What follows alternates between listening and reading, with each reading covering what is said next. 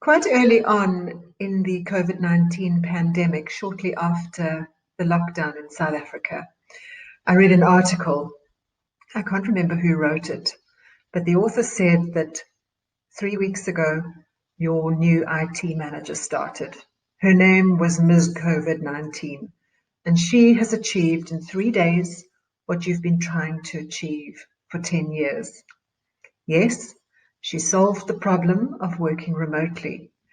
And she caused us to need to put systems in place that made it not only possible, but desirable for teams to work remotely from each other and from their managers.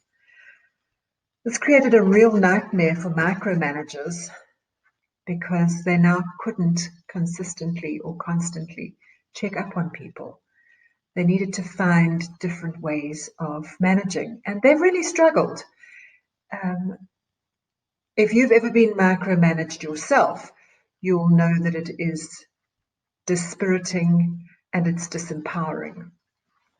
And it creates resentment and lethargy and real disengagement from people. And so COVID-19 has forced the hand of those micromanagers. And in my view, it's something of a gift because micromanagement is a real curse. It's an opportunity for micromanagers to shift their attention to two really important things. The first is your people. This whole scenario is creating so much stress for them on both a personal and a professional front. And they really need to know that you care, and they really need to know that they matter. The second is to shift your focus from constantly seeking perfection to seeking satisfactory output. COVID-19 is causing us to ask ourselves the question, when is good enough good enough? And I'm not for a moment suggesting that forever we need to be happy with good enough.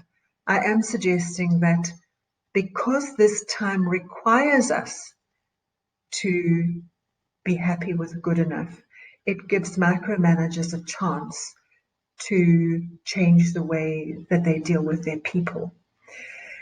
Micromanagers check on people. And when you're checking on people, you tend to dictate chapter and verse of what you want done and how you want it done. You tend to focus on where things are and what the progress is. When things go wrong, you look for someone to blame. And there's a tendency to remain aloof from your team and share nothing of what you are working on. The contrast is when you check in on people. When you check in on people, you give them clear strategic goals, you tell them the desired outputs, and you trust them to get on with it. When you discover that team members need help, you provide real help. When things go wrong, you look for the systemic reasons why things go wrong so that you can fix those so that they don't go wrong in the future. And you also will tend to share information about your work and their work so that there's real connection between you. Managers who check in are reachable and available and human.